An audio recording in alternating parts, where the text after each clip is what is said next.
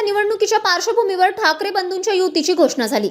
यानंतर शिवसेनेचे बुलढाण्यातील आमदार संजय गायकवाड यांनी ठाकरे बंधूंना खोचक शुभेच्छा दिल्या। उद्धव ठाकरे आणि राज ठाकरे यांच्या युतीची घोषणा झाली, कसं पाहता?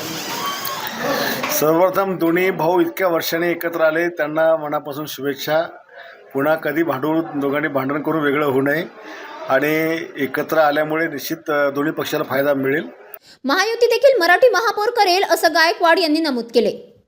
आता मुंबई महानगरपालिकेवर आमचाच झेंडा फडकेल, आमचाच मराठीचा महापौर होईल असं वक्तव्य राज ठाकरेंनी केलं। मराठीचा महापौर तर आम्ही पण करणार आहोत ना।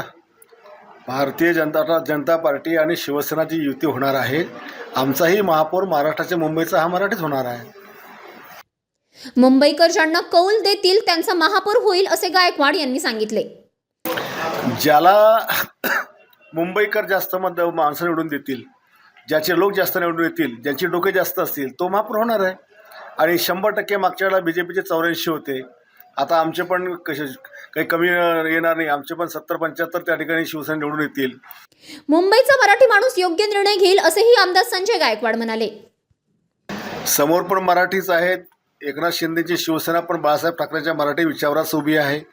भारतीय जनता पार्टी पण देशभरात हिंदुत्व आणि महाराष्ट्रात पण त्यांना मराठीचा आमदार त्यांचे आहेत। त्याच्यामुळे मराठी माणूस योग्य तो विचार करणार आहे। 25 वर्ष मुंबईची सत्ता ज्यांच्या हाती दिली ती आता मुंबईकर ठेवणार नाही, कारण त्यांना माहिती आहे की या 2.5 वर्षामध्ये एकनाथ शिंदे साहेबांनी मुंबईमध्ये किती काम केलं आणि मोठ्या प्रमाणात मराठी टक्का हा शिवसेनेकडे आमच्याकडे राहील।